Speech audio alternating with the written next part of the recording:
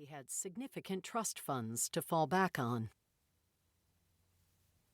Why the presidents? When you go through the correspondence and paperwork of FDR's direct investing, it's hard to believe that the transaction happened just over a century ago. But the truth is, that is one of the most interesting aspects of the personal finances of the presidents. Most of their money problems are just like ours.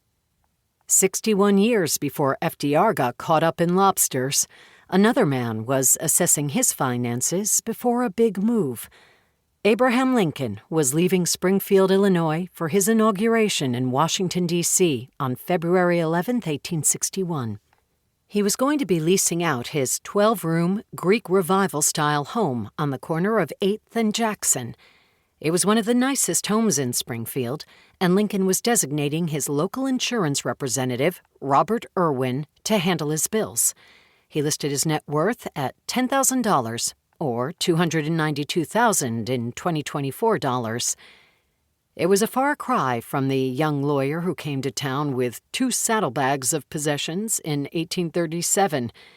Even when he married Mary Todd, they could only afford to lease a room at the Globe Tavern on Adams Street for $4 a week. But over the years, he scrimped and saved.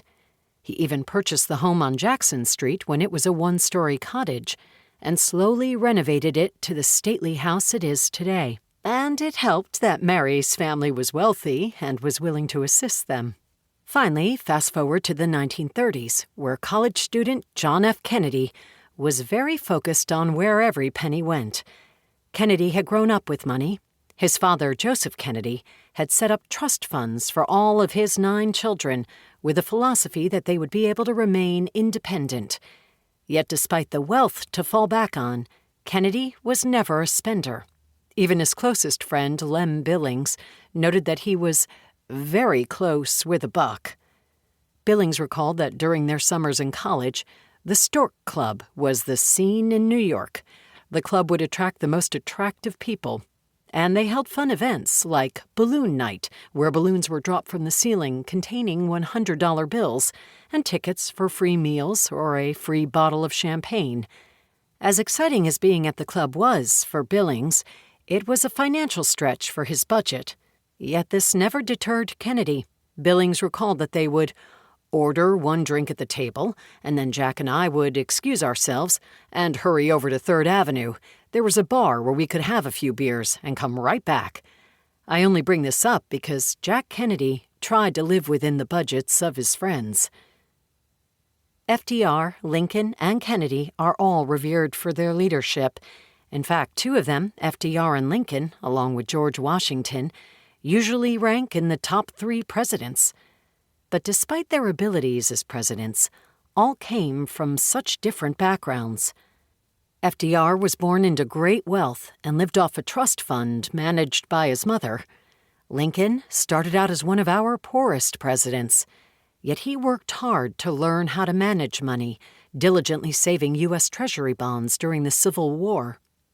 Even though Kennedy also came from great wealth, he was known for being frugal when it came to money, especially since everybody thought he had it made. He would even give orders to the butlers at the White House not to open bottles of champagne until the last one was finished as a cost-saving measure. When it comes down to who of the 3 was most successful with their personal finances, the truth is, it was probably Lincoln. The stories of how the presidents handled their own personal finances are fascinating. Every presidential cycle, the potential contenders release their finances and submit paperwork explaining their financial lives. It's gotten to the point where there are law firms that specialize in helping with these disclosures.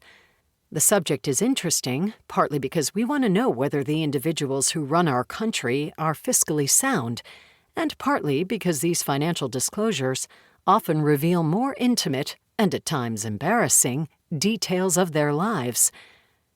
We have a long history of our presidents being on our money, going all the way back to 1813, when James Madison appeared on $5,000 treasurer-bearer notes, and George Washington resigning his commission on the back.